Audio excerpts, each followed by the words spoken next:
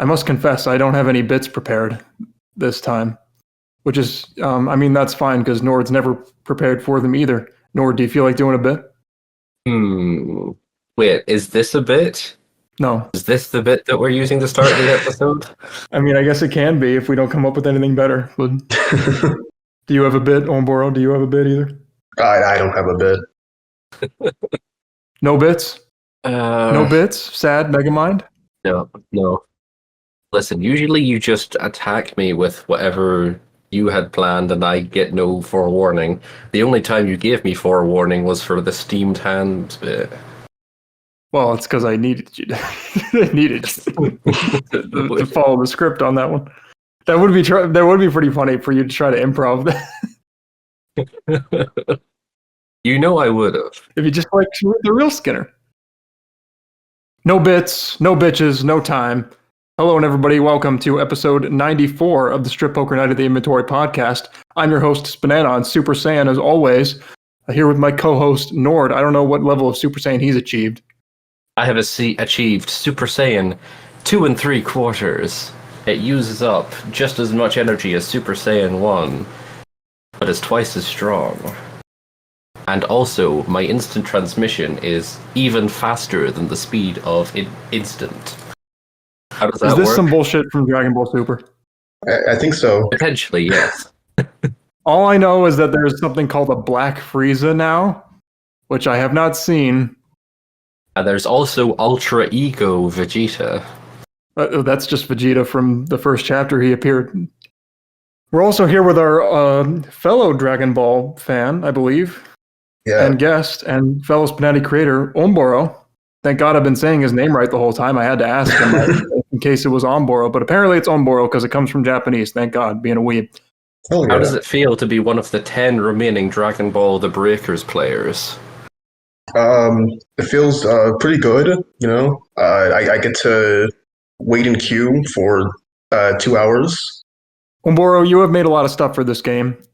We have talked about you quite a bit and the changes you have affected in the game at large. Fuda support especially, that was the big one. We gave you your own little segment practically on you arguing in the SPNatI Senate, filibustering. Yeah.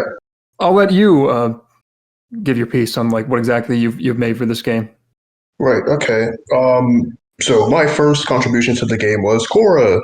I like her a lot. I like doing her art. Xenoblade Chronicles 2, right? Yeah, from Xenoblade 2, not from Legend of Korra. Yeah, Korra is an unimportant side character in the grand scheme of things, but I like she's a little fun, bubbly, you know. Then my second, and she has a nice ass. Yeah, she does absolutely. My second contribution to the game was Sanny and Tess. Who are probably who I'm more known for in terms of characters anyway. Yeah, they're just two characters from Wikipedia that never speak or like do anything. They're just little scrimblows, basically. And then then my biggest contribution to the game that affected the game as a whole was Fuda support.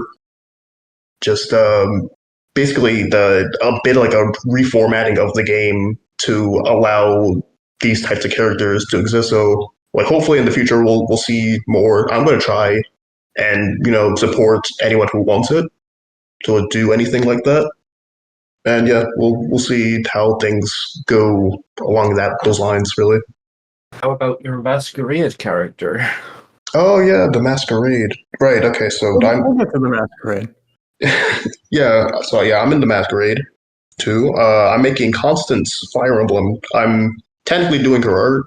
I'm just posing a model from another creator, Blue Jay. She makes really good models. She's Constance is an interesting character that she's like really the whole reason I wanted to join the Masquerade because I think she's perfect for it. She basically has like two entire personalities that you'd have to write depending on the background of the game, whether it's and whether it's like daytime or nighttime, or she's like in the shade. It's like when she's in the shade, she's like very bubbly, smug, oh ho ho, oh Joe Sama, you know. And then but in the sunlight, she's like very depressed, really. And so yeah, like those are going to be like two entire things you'd have to write for. And yeah, I'm glad to have a team backing it with NMASP and some other like people who have not devved the character yet. I don't know why we skipped straight to the Masquerade. You also did the art Sweetheart. Oh yeah, I forgot. Yeah, I made Sweetheart's art. Right, I forgot. Sorry. Oh yeah, Glad I'm here to remind you what you've worked on. Yeah. Thank you. What do I do without you? And of course, the most important of all, which was updating Maya's Cupid alt. Yeah, it's still the craziest timeline where I have an art credit on Maya. Clearly, that means I deserve like 50% of the credit with spnanon. Well, there's no extra granularity to the art credit, so it's just going to be how it is. You have a 1/6 share. I appreciate that a lot. I mean, I didn't want to do it for her new art because it was very complicated, and neither did Phonebox, and you stepped up and took the bounty, and I really appreciate that. Yep, I love money. Yeah, but it's crazy how Fudasport especially. I mean, if you're not aware, he's the funny Fuda man. That's his thing on the server. He loves Fudanari. Yep, that's me. He has explained why, but I'm still, not quite sure why it goes to this extent. I mean, Sanny and Tess literally are the Fuda characters, and this man changed the entire game just to put them on the main roster, or the test roster at least. But we'll talk about that later. And it'll all be worth it. And really, I mean, the mods to this day are still like retrofitting old characters in their lines, slightly editing them so they technically have Fudanari lines. And we're chipping away with that over time. For anyone listening who happens to have a character but you maybe haven't updated them in a little while, it would help the cause a lot if you could update them to even have placeholder lines. We have been catching people that update their characters who haven't checked for the new like default generated lines that need to be replaced. So with that, and with us like dev mods like actively going in and finding the most abandoned characters on main and adding lines to them, we are slowly chipping away at it. The goal is to have this is like the largest scale like retrofitting. It's the biggest overhaul we've had. Effort in the game's history, like actually touching old characters like this for change like a new mechanic, like just adding new default cases. The way I would look at it is, it's as if, imagine if the game had only launched with female characters and it was impossible to make male characters, and suddenly support for male characters was added in. What about the player? Well, imagine the player is some unique and special child. Or not child, unique and special person. But yeah, imagine like having to retrofit all those characters with even just copy-pasted dialogue. It's the biggest overhaul we've ever done, and one way or another, it has given us various ways of looking over how like characters are actually defined in the code, and we've improved some things here and there to make it a bit more future-proofed, because who knows what will happen in another 5 or 10 years that will require a refactor of this scale. Onboro, how long have you been around, by the way? At least 2 years. It might be 3, but at least 2 years. He's a mover and shaker. And at this point, I guess you could say a kind of elder statesman. How does it feel? You're no longer the new guy. Yeah. We all get to that point. Yep. It's like when you get a new job and then like you're at it for a while and then like someone new joins. It's like, oh my God, I'm no longer the new guy. Your first message was February 2021. Yeah. Your first character was in 2022. Anyway, it took a while, yeah. Let's move on to the host Shilling corner. Onboro will have a chance to shill his stuff more later on. I have been teasing my own personal shill stuff, but we'll get to that finally next time in the main topic of next episode. So for now, I'm all quiet. Nord, anything?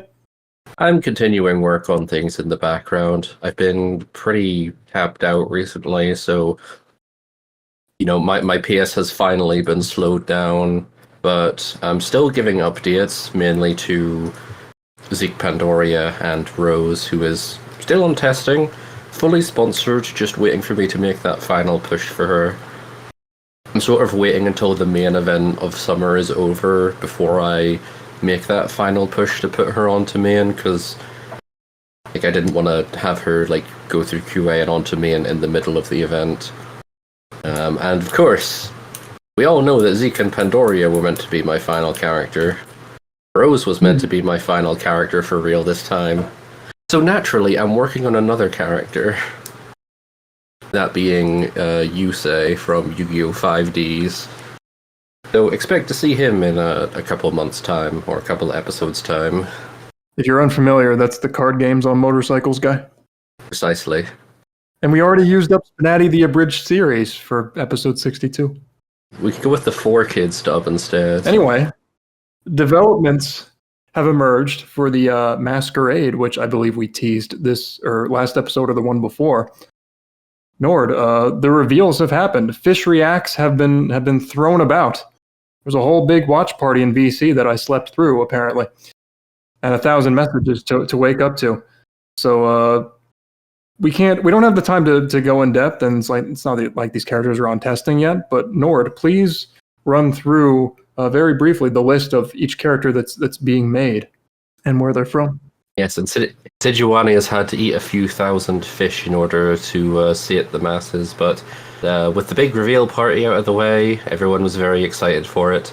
We now know what characters and what teams are happening this Masquerade. We have Team High Hopes doing an art and dialogue update for Chiaki from Danganronpa. We have Team Real Men doing an art and dialogue update for Mulan. Team Silver, who is making Lyra from Pokemon Gold and Silver and their remix. No, it's only Heart Gold and Soul Silver. Oh, who was it in the original? Or was there not an option? Well, you couldn't play as the girl in Gold and Silver, and in Crystal, it's Chris, which is technically a different character. Okay, just Heart Gold, Soul Silver. Yeah, the girl specifically from Heart Gold, Soul Silver. I'm sure we'll talk about her at some point. Okay, we have Team Raisin Eaters making Raisin from Toho. We have Team Guilty Love making Emma Sky from Ace Attorney. We have Team Development Hell making Zagreus. And true to their name, the two artists had their computers break down and or catch on fire over this last month. So that was interesting. Team He's Pulling His Cock Out making Karin from Fear and Hunger. Team Heaven or Hell making Wiz from Konosuba, meaning we've almost got every major Konosuba character coming to the game. Team Sun Shower making Constance from Fire Emblem Three Houses. We have Team Hammerspace making Momo from My Hero Academia. We have Team Welcome to Die making Heisenberg from Resident Evil. And we have Team Denim Jones and the Bright Yellow Experience making Jean from Genshin Impact. I don't have any pictures on hand, so I guess Solitaire will have to search for them. But all the models, at least, I believe, are complete, and I'd say for the most part, look pretty excellent. Every team had at least part of a model to show off. For some of them, they didn't have a fully stage complete model. You know a little bit more about their actual progress, but I believe you said everyone is doing relatively well, even on the art front.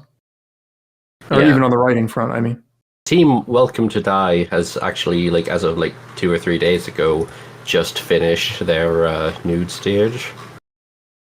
Incredibly highly detailed, but as people have pointed out, it's always funny that no matter how detailed a Kyusuke model gets, the hands and feet are always the defaults.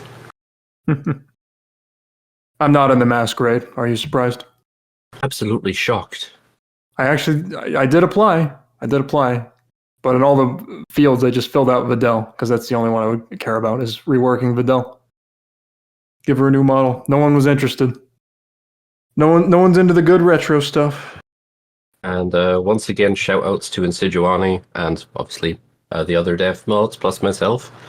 for getting this whole thing organized, but Insidiani in particular was sort of the big coordinator for this whole event. If you see them, make sure to fish react. So far, at least, it looks like it's all working out pretty well. So look forward to that. Look forward to all those massive testing drops. Well, eventually, when it comes, I guess in a month or so from now is technically when the deadline is. So, last episode was a main roster episode for the most part. Last episode was all about epilogues and I believe like alt skins and things. It was art updates, I should say. We are finally back on the grind. It's a test roster episode. We have a number of test roster characters to discuss. So brand new to the game, although it's not quite that simple in the end with a number of their stories. To start off with, we have the main reason we brought Onboro on board, aside from just being an all-around solid stand-up guy. It's his two darlings, Sanny and Tess. That's short for Sans Testicles and Testicles, because these are Wikipedia Fuda girls. I really couldn't believe that of all characters, Wikipedia got a franchise mate. But these are the characters, I believe, that are used to represent the concept of Fudanari. Correct. And you're a Fudanari hardcore purist in that sense. Yep, I am. Because they do have all parts or both parts.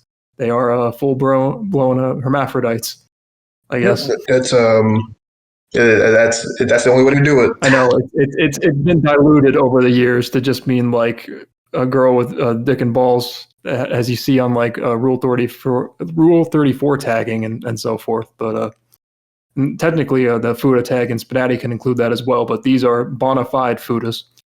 Yep, I definitely do get real particular about it. Yeah, well, I understand.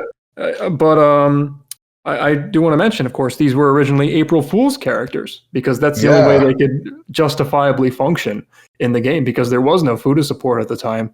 So it's just like, we'll just make them for April Fools. And but now that Fuda support has been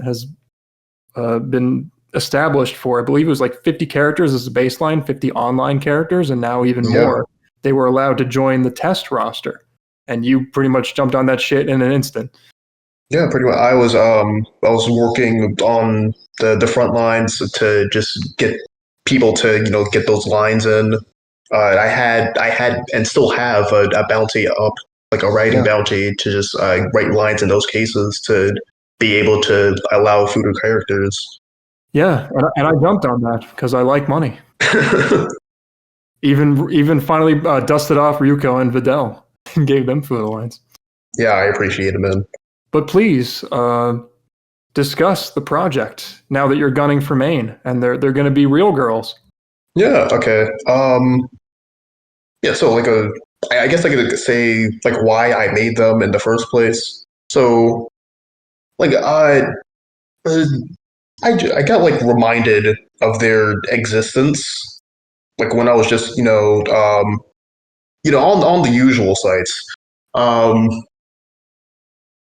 So just like, and yeah, I see them like, oh yeah, they're from Wikipedia. That's kind of a funny bit. And then I think because Wikipedia was already on the roster at the time, right? I was like, okay, this would be like a funny bit to make a model of them and just go. So I show it off. People like it because it was a bit funny. And then I was like, I could go a bit further with this, and I make them into characters, right? And their bit is like undeniably like kind of just Wikipitons, but just all about Fudanari, basically. Yeah, it's just a little bit of like because like they're supposed to be from an educational site. They're not geniuses like Wikipiton though. They're dummies. Yeah, eventually I gave them their art updates so they look as they do now. Eventually I gave them an April Fool's alt, which makes them look like how they originally looked, because their current look is actually like pretty relatively recent, but their original look was from over 10 years ago. and it was just by like one guy who was making SVGs of like characters for all several aspects of like random Wikipedia things, just a lot of anime stuff, and of course that included the original Sanny and Tess. Yeah, I mean they're pretty robust now. I mean they even have a swimsuit, which we'll talk about next episode. Yeah. But they're well on their way to becoming full-fledged characters. And my big question for you basically is, what do you envision for them that's going to like push them from being like April Fool's characters to main roster? Like, what did you want to accomplish with this testing stay? I guess like mainly they're right now they're technically like on testing because they can't be on main yet, right? There's still like a lot of lines you have to go through, but like I like just having them be present in the game, right? Because like April Fools, I cared a lot about April Fools for that reason that people get to see them. And I still think it's like a very fun event now. I still care about it a lot, but like now it's just like now I have these two on the main roster, or not the main roster, but the testing roster. Eventually they'll be on the main roster whenever that time comes. Definitely legitimizes them more to have them in testing. And especially because in your case, the only reason they were in April Fools is that they literally couldn't work by the mechanics of the game because there weren't any lines supporting it back then. Although I will say it's funny that both characters from Wikipedia have had to have starts in April Fools before being upgraded later. That's the Wikipedia charm, I suppose. Wikipedia was just a lack of confidence.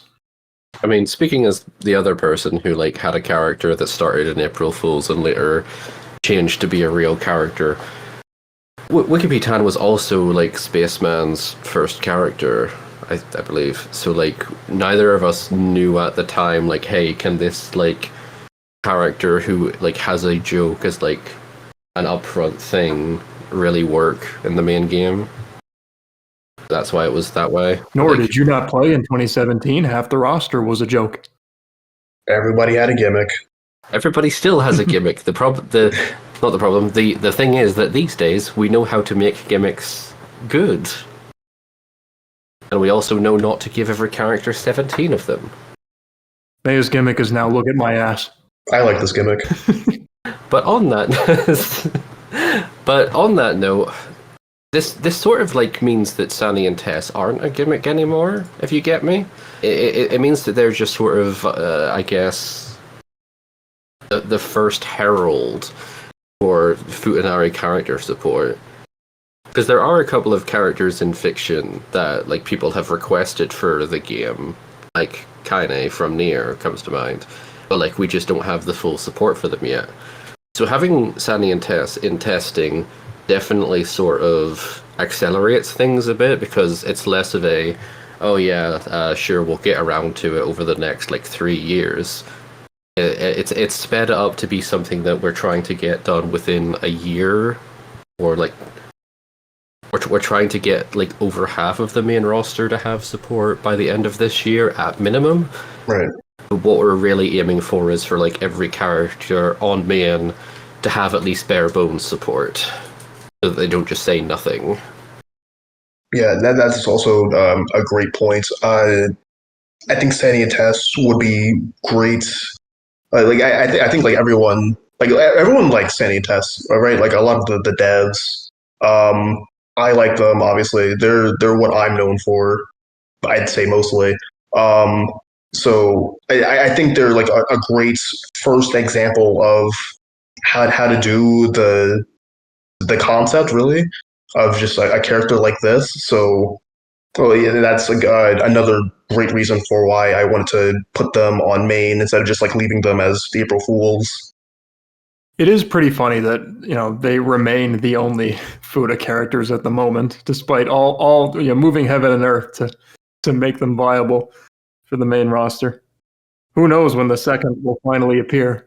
I got plans. But I mean, at least they're pretty good representatives of the concept. They explain everything about it.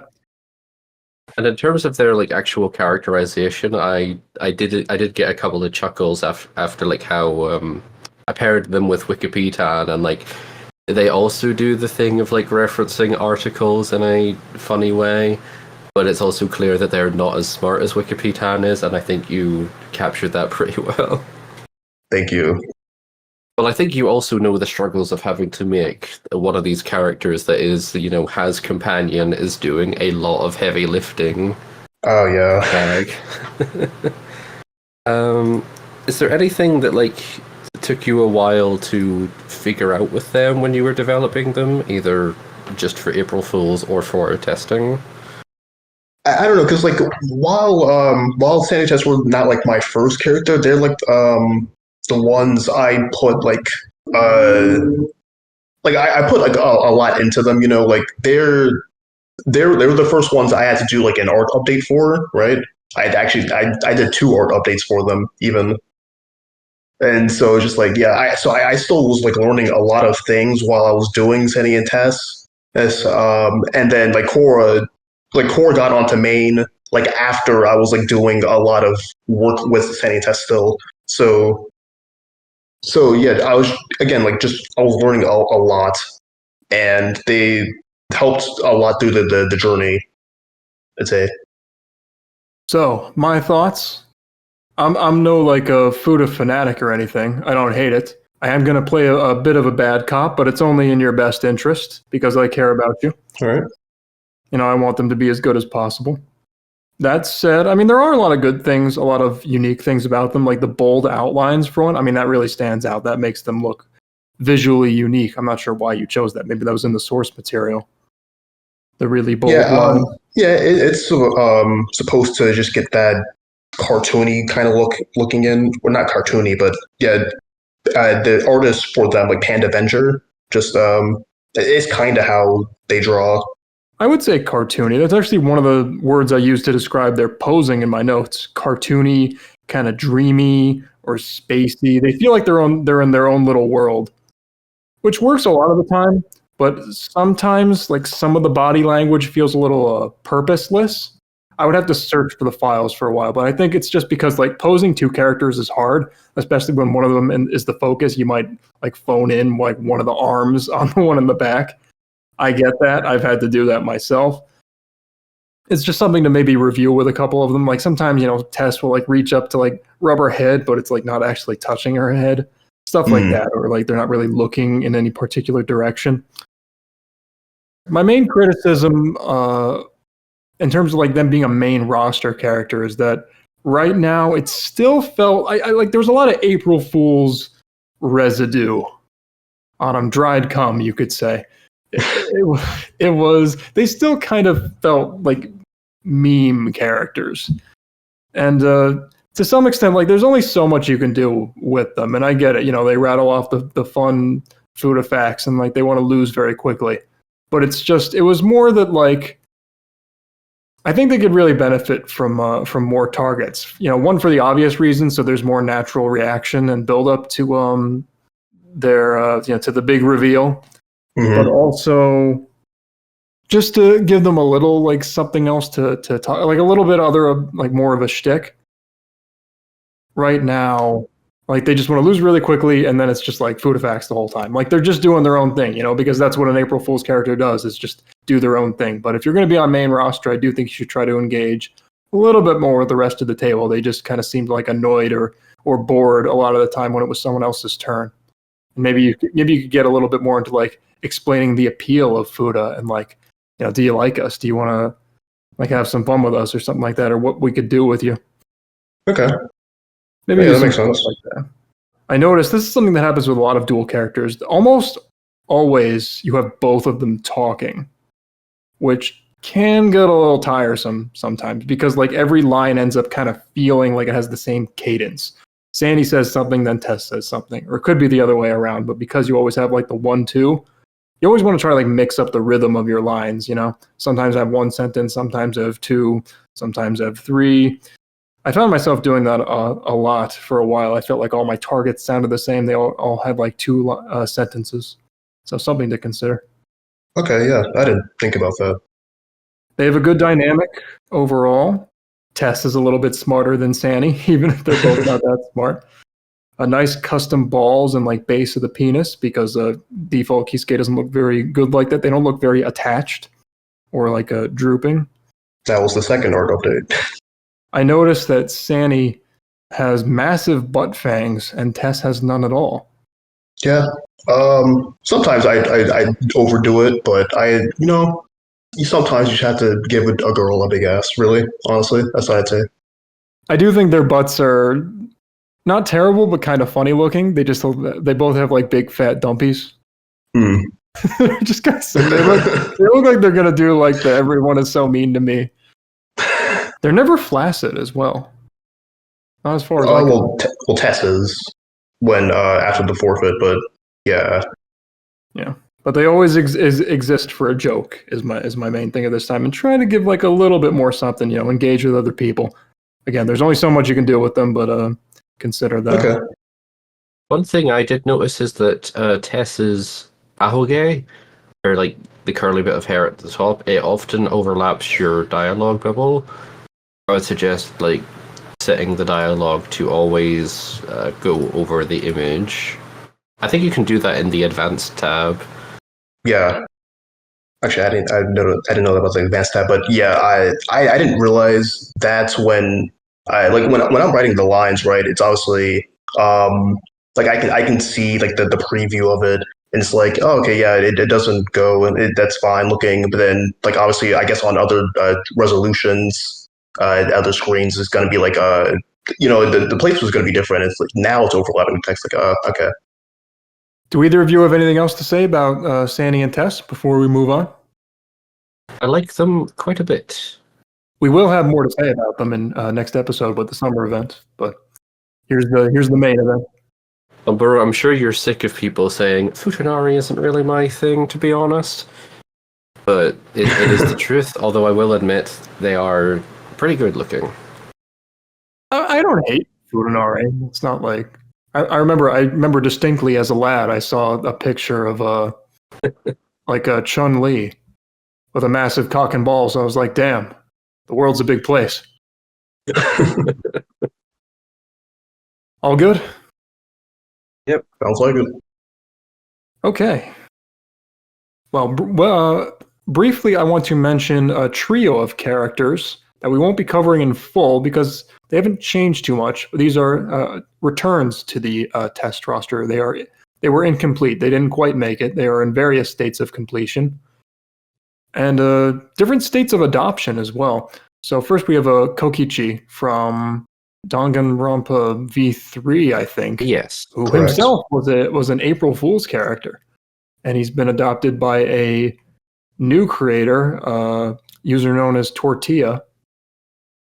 Not a ton of progress, I believe. None of these characters are really meaningfully changed yet, but I do think it's great that new creators can come in and adopt something old, a character that they really like and want to see finished. That's a great stepping stone if you're not feeling super confident with your own artistic skills. Just adopt someone you like. They could be on testing, they could be on main, whatever. So, that's always good, and I hope they continue with the project. Fischl was originally by Remilia and probably someone else. Horse Killer, I'm not sure. I think, was she like a Genshin Impact character? Yep. Yeah. I'm never quite sure with them. Cavendish has adopted Fischl. Yes, Cavendish. So in that case, it's a veteran dev adopting a character that he didn't originally make. But he's working on a lot of her these and thous and ye old English dialogue. Cavendish is pretty reliable. I expect her to eventually make it. I think she might be fully sponsored already. And last but not least, we have the long-awaited return of Darkness from Konosuba. You mentioned Wiz being worked on in the Masquerade, and Darkness has technically been made but not published to the main roster. People, I'm sure, she's sorely missed. And there will be a lot of full Konosuba tables. Union is desperately hoping she never gets finished so she can continue occupying the full Konosuba tables. Yeah, I took a look at like their pair stats like a few days after Darkness returned, or like I guess it was only like a couple days ago now, but like just immediately from like screenshots and subreddit posts, people are already making the full Konosuba table. Although like So sometimes they swap out Kazuma for Yun, but yeah, immediate impact. And this is coming after, like, Wibbly intended to start updating her again a month ago, but has been met with, like, an absurd number of setbacks, both, like, technical and logistical, of, like, okay, this new hard drive I bought doesn't work, I need a new one. Okay, my internet has been cut, I need to wait a week for it to be reinstated. This is an update by the original creator of Darkness, which is Wibbly Warble. It was always good to see again. He was gone for a while. He's taken breaks before, but it's always good to see him again and back at it.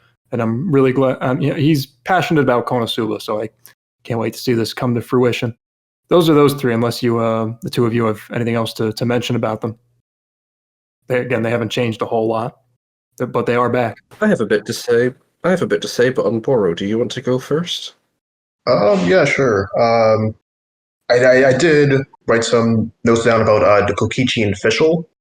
I mean, well, the Fischl notes are really simple. I was going to say, like, I don't know how much really changed about her, but I still like Fischl.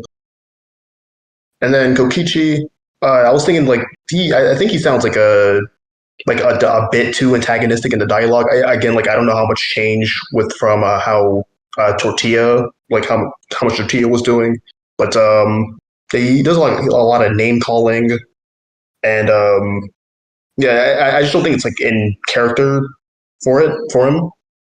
And that's really it. Ichi used to be a lot more bombastic, to the point where he would break the fourth wall in every other line of dialogue, including having lines of, like, wondering where my clothing went. Too bad my artist didn't make a pose for it. Levels of fourth wall breaking. So I think a lot of Tortilla's initial, like, updating was removing a lot of lines that were that extreme. Yeah. But if he's still a bit too much, that's something that'll be ironed out over time, I'm sure. Overall, he seems a lot less, like, uber chaotic than he used to be. With Fischl, I'm not really sure how much Cavendish has already changed, but she's definitely, like, still got that same attitude.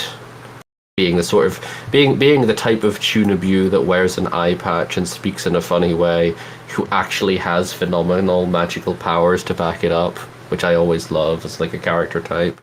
Oh, really? I couldn't imagine Mr. Zeke and Pandora. And then with Darkness, just immediately Wibbly has gotten right back into it. He's written a lot of banter between her and Megumin, and is planning a lot of banter with Aqua from Konosuba, because I don't think Aqua was in the game back when Darkness was last on testing. No, she wasn't. Aqua was the most requested, and she was going to be the last until she leapfrogged Darkness. You think Darkness gets off on being an incomplete character and having to suffer that shame? Yeah, absolutely, honestly. She just looks at her low play stats compared to the others. Anyway, it's time to move on. We have two more full-blown test roster characters to talk about, but if you thought we were done with April Fool's characters turned testing roster characters turned hopeful, or main roster hopefuls, you were wrong, because it's a hat trick of them. We got Natasha Cerebellum, who is an original character by Bluecoin, who is the most prolific of all original character creators. Pretty much all the rest of them have flamed out and kind of left, usually pretty quickly, but he has made the most, and he has stuck around. And this is yet another one of them. I believe she's sort of like a take on a character called Nina Cortex. I must say, I've never played any of the Crash Bandicoot games, but I believe that's what she is. She's like a take on that, or like a similar kind of character. Maybe either of you know more. She's a bitch, by the way. She's like a villain. Yeah, you can talk about what I had with her. Yeah, so I found it funny how this episode has like 3 former April Fool's characters, right? And then there's Darkness and Fischl, who were from testing.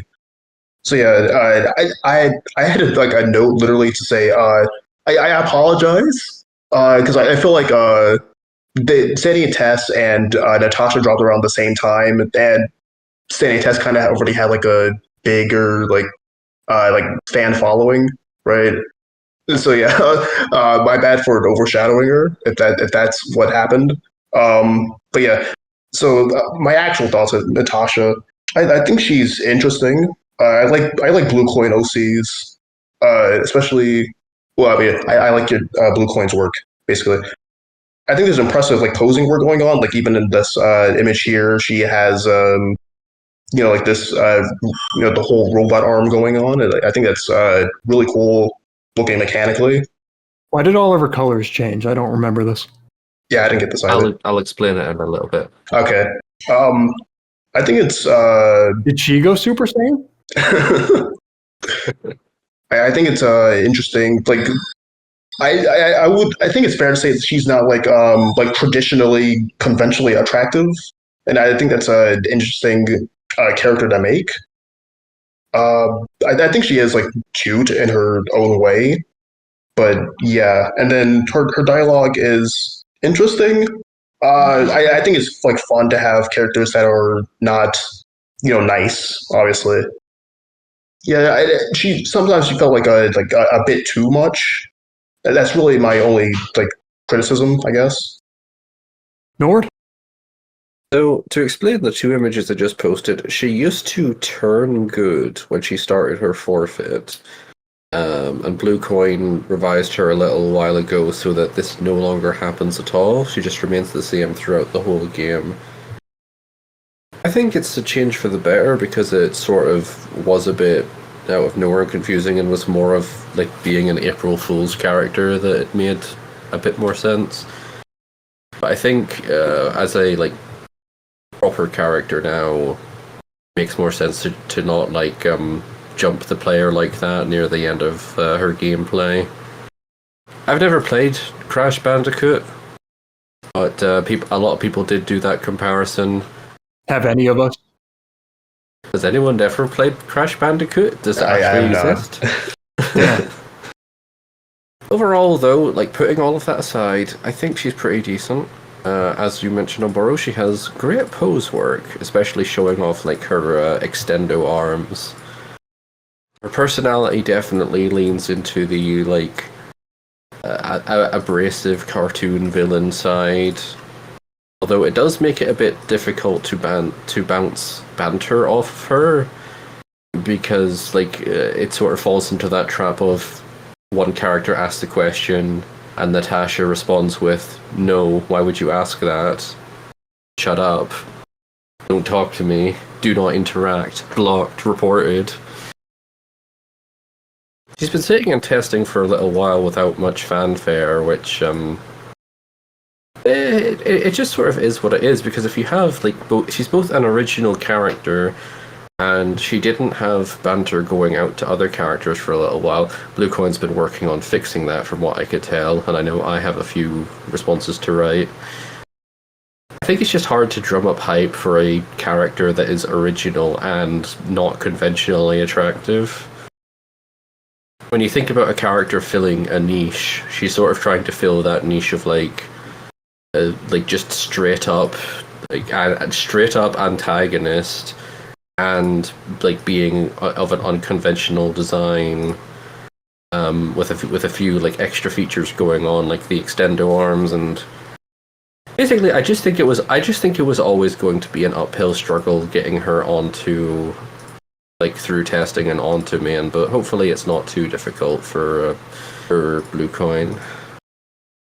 I like her outfit. I like her body details.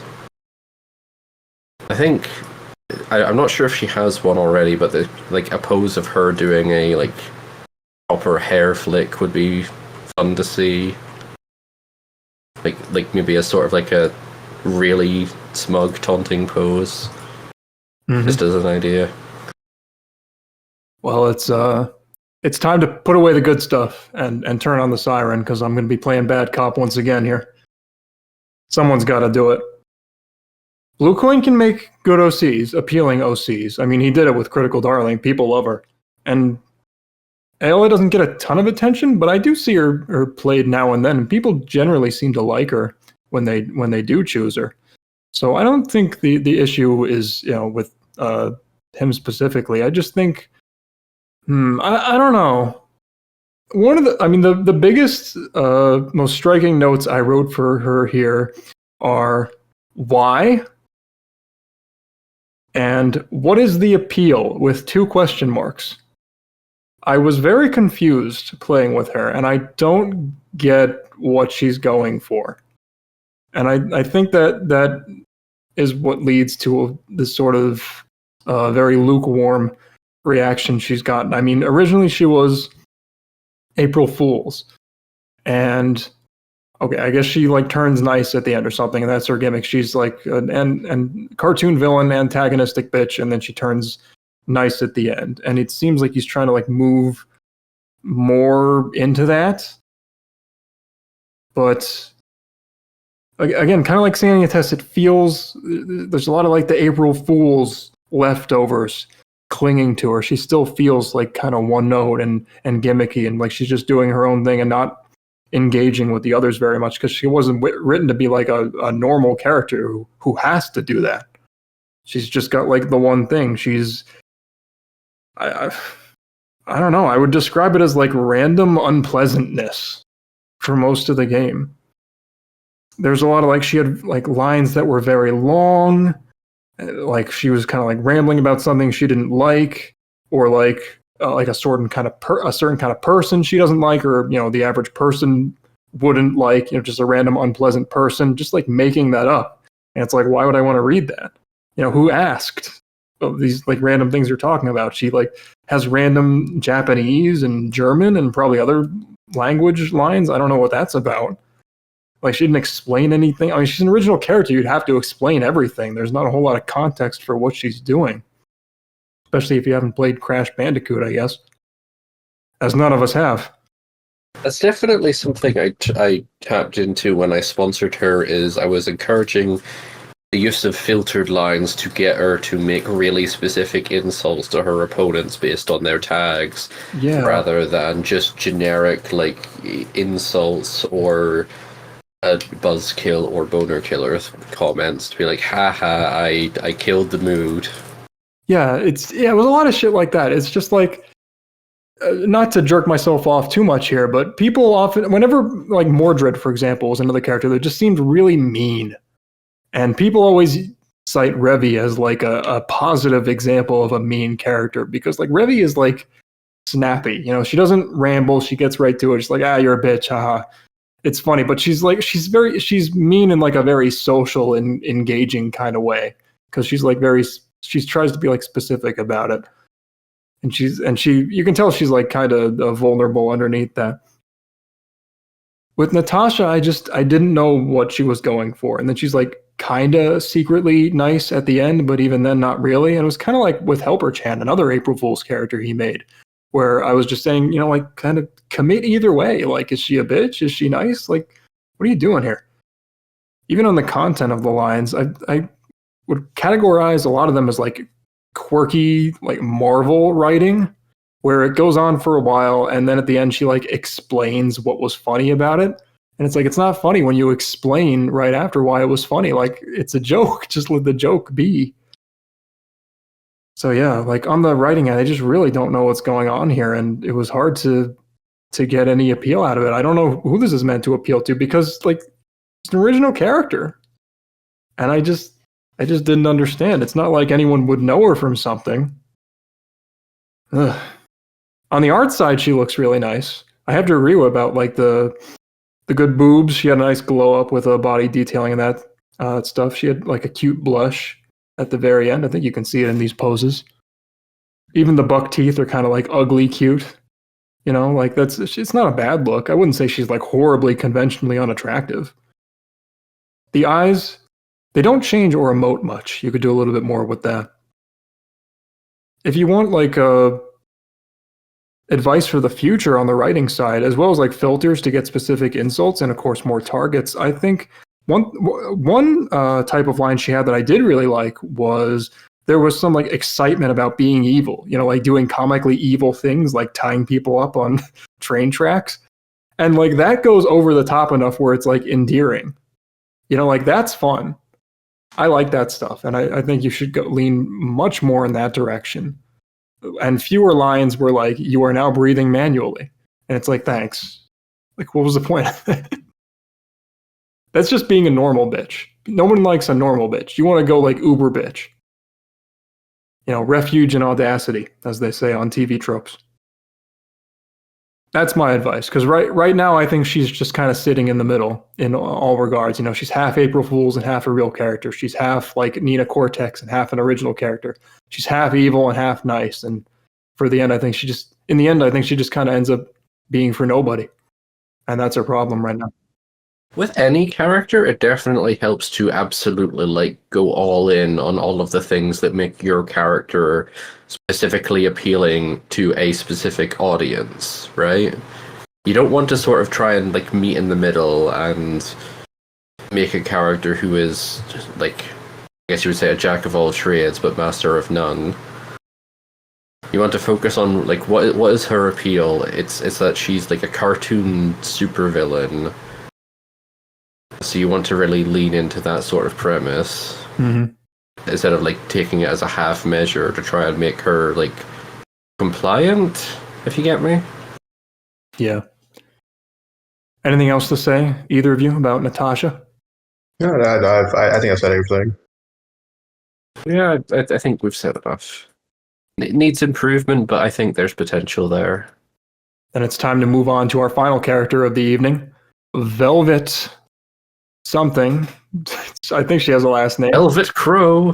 Velvet Crow, thank you. From Tales of Vesperia, I believe. I have no idea which order these games came in, except I think Symphonia was first. But Velvet Crow, with art by Just Kidding, who for once is not on the podcast to talk about something he made, and writing by Storm, who also wrote Trixie, the goblin girl who stands on a treasure chest.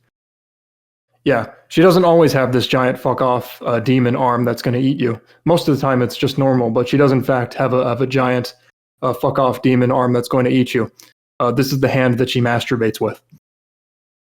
I don't know a whole... I'm not well-versed in her backstory, but she was kind of like abandoned. She was kind of like abused and abandoned in like her village, and she kind of became a hardened warrior in that sense, and she ended up with this curse that gave her a giant fuck-off demon arm that eats people. Again, she doesn't always have that, although that would be kind of funny if it was just sitting there the whole time. In my game, she didn't even take it out at all. But yeah, it's a pretty interesting character. It's been teased for a while. I might be misremembering. I swear, like, even Nicole, who was on the last 2 episodes, I swear, like, she wanted to work. She had some interest in this character. I might be totally making that up. He's been anticipated for quite a while, because, Just Kidding and Storm have been teasing the model, and obviously it's taken a while for Storm to get her testing ready, because she has over 1,000 lines already for just a little stay on testing so far. Yeah, she's pretty polished in a number of regards, but I will let Onboro give his thoughts. And then Nord, what did you think of Velvet Crow? Okay. Yeah, so I liked her. Of course, it's a great model by JK. I noticed in her dialogue, she like kind of talks to like the player a lot, and that's like a fine style of writing. It's not like for me, because like I feel like whenever I'm in these games, I'm not like I'm the least interesting person there, right? So that's really how I feel about it. The dialogue was so good though. There were like some quirks about it. Like I wrote this down. It says she had a line that was basically said like "trip big boy" to like a male character, and I thought it was funny that she said it to Kokichi, who I was testing her with, who was like shorter than her and like also like pretty average in terms of size. Yeah, I liked her forfeit a lot. She like has like this storytelling style to it. It's good. I liked it a lot. She started like repeating some of it. I don't know if that's like you should just like make it shorter or make more lines. But yeah, that was. Yeah, I couldn't tell if it was random or on loop. Yeah, but yeah, that's everything I had. Nord? I liked her quite a bit. Starting with the art, this is a case where beautiful model, great deal of posing, but she's like her model is so detailed that it's already like up against that like upper limit of file space, which is funny but also a bit concerning for like if she has to go through any potential art changes. Though I don't think that's likely, given how impressive it is already. I think it's neat the way she looks in the later stages, especially like keeping the choker on. I believe she does that for the whole game. Very good look. It's funny seeing her like bandaged arm, and then her ponytail is also like bandaged up the same way to keep it in place. I know that's just a design thing from her original game, but it's still interesting with these kinds of sprites. Nude model is also like really well done, and all the forfeit posing. As for the writing, good dialogue. I enjoyed seeing her like just her reactions to the game going on. Like you said, Onboro, she is quite a bit player focused at points, and I think that is just that's sort of a dev thing. Like I think Storm likes writing characters that are very like player focused, and there's not necessarily anything wrong with that. So maybe check to see if the player is actually like attracted to her. I think it already does. But just as an FYI for anyone else thinking, yeah, I'll make my character fantasize about the player, make sure that the player has like set themselves to actually be attracted to your character. Just in case, like, okay, the player is gay, but this woman is like coming on to them all game. Overall, the thing I think is missing from her dialogue is talking about herself. Like, she doesn't really... I don't feel like I've learned any Berseria lore or really much about herself. I know she had a terrible tragedy in the past, as JRPG characters typically find themselves in before their adventure. But I don't know much about her as a character. That said, though, her personality is pretty well done. It's a good contrast between like this really intimidating initial design, but it becomes clear that she has like not really a soft personality, a soft personality in the same way that a hedgehog has a soft interior. Like there's a lot of spikes on the outside you have to avoid first. So yeah, I just think she could do to talk about herself a little more. Hey Nord. Hey Onboro. Yo. Stop. Park the car. Get out. Look at the street corner. What street are you on? You're on Bad Cop Boulevard.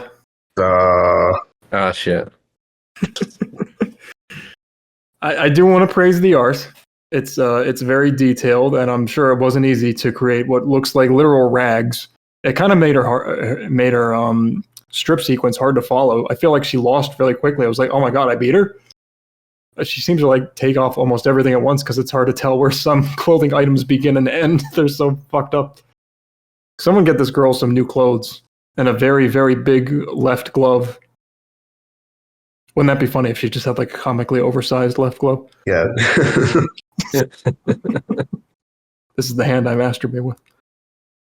Yeah, every like individual part of her feels pretty solid, but for me it just didn't come together. On the writing side especially, she felt I had a really hard time getting a read on her and her personality. Like I kind of got what he was going for. It was what Nord said. I agree that she didn't talk much about herself in the game. I don't really know any more about her and the game than I did before. But I agree. Like she starts off intimidating and kind of abrasive, and then she warms up. I happen to be a fan of that archetype. I just don't think it feels super smooth yet. It feels like the different layers feel very stark. It's not like a gradual transition. Like even from the start, it feels like she's aggressive and mean, but sometimes she gets like really smug and flirty, and sometimes long-winded. Maybe try to cut down on the length of some of the lines. Again, don't undercut yourself by like explaining what was interesting about the line. Just let the thought sit. Just let it hit where it is. Just let the punchline go. I agree. The author appeal, again, trope, TV tropes. is kind of in play here with her interest in the player. It's something that Storm likes. He wrote it with Trixie. I'm not opposed to that, but again, it didn't feel cohesive because she was so into me, especially by the end. I was like, damn, she's getting really flirty. Sometimes like out of nowhere. But then when she goes to forfeit, she starts fantasizing about a completely different person. I guess a member of her party or something. I don't know. I've never met them, but she was like, it was with a woman, and I was playing as a man, so it was definitely a different character that she was talking about. And again, it's just that kind of thing where it doesn't come together. Again, like the individual lines, the content were pretty good a lot of the time. It's just, I don't know. She didn't feel like a complete cohesive character. She needs more lore. There's a lot of like telling, not showing with how she was feeling. She thought to herself a lot, which is, something that stoic characters can do. It's something I make Maya do. Maybe she thought to herself a little bit too much for a stoic character. Even with Maya, I've tried to cut down on that and have her like super focused and intimidating to get that across early, and then you can sort of have her let her guard down and think to herself and engage more with others and flirts. You kind of get hints of like, it feels like she's lost her humanity a bit or something, which I guess ties into her tragic backstory. She thinks a lot of like mundane things are kind of weird, like the whole social aspect of the game. And that's something that's worth exploring a little bit more. Again, I like all the pieces, but it's just, it felt, she just kind of jumped from one to the other. Within a stage and then between stages, it didn't feel like a natural transition most of the time. And that's what I would recommend focusing on. But I think she has a long way to go, but it could be really nice when she finally gets there. Any other thoughts, Nord or Onboro, or can we end this episode? She doesn't have a butt pose yet, but I wonder, does she even have the file space for that? She can probably squeeze one in, maybe? Is she really that close? 14.7 megabytes out of 15. Oh, okay, yeah. I guess, yeah, she's not a main roster character yet. Yeah, my thoughts were like I won't say I agreed with the not learning about not learning much about her, because yeah, I wasn't even thinking about it. Yeah, her dialogue is good, but I wasn't even aware of like the whole tragedy aspect of her. Yeah, I mean even that feels like very complicated if you read her notes like on Discord or on the character editor. Like even her backstory is pretty complicated. So like she has a big old like demon arm, and I don't know anything about it. Again, she didn't even show it in my game. Yeah, same here for me. I was gonna say that, but I never saw the arm. You think you'd want to show that off? It looked hard to make. Those butt poses were hard to make. I stick them in every case. Look at my ass. Damn straight. I think it's called Therian. Velvet Therian? Landorus Therian? Therian is a type of demon in Tales of Berseria. They feed off of other demons and provide the Empyrean Indomnat with power. Okay, immediately into the JRPG nonsense. Okay. Okay, well, we don't have time to get into all of that, but I do think Velvet shows a lot of promise. Absolutely. Anything else? Any final comments on any of these characters? Velvet, Natasha, Sanny and Tess? Velvet was the only one who was like just a straight up testing roster character. No asterisks. No prior versions. I think it's good to see the testing roster filling out again after being like critically low for a while. And I think it's also good that like a lot of like incomplete or offline only characters are coming back. And of course the testing roster is going to explode about 3 weeks from now when all those Masquerade characters hit testing. Things are happening behind the scenes. Onboro, any final thoughts? If we're going back to like every character, then I wanted to say, but I forgot to mention that Sanny and Tess, I made 2 forfeits for them. There's like the default one, and then there's like also the like a sex forfeit. Man, I enjoyed making it, and yeah. I imagine you did. Yeah. All right. Well, thanks for coming on, man. Always appreciate you, Onboro, and thanks for coming on Nord as well. We'll have you back again for the next episode. Stay tuned. There were a lot of bitches this cast, but still no bits. Okay, so first off, I must ask, is it Onboro or Onboro? I think it's like Onboro. You think? I think. Okay, what does that mean? Right. Okay. So it comes from a song from a video game I like. The game is called Caligula Effect. Right. I always say this, but like the short description of it is like, imagine if Hatsune Miku trapped you in purgatory. So yeah, and then the song Onboro is like a character's theme. I believe Onboro itself means like shabby.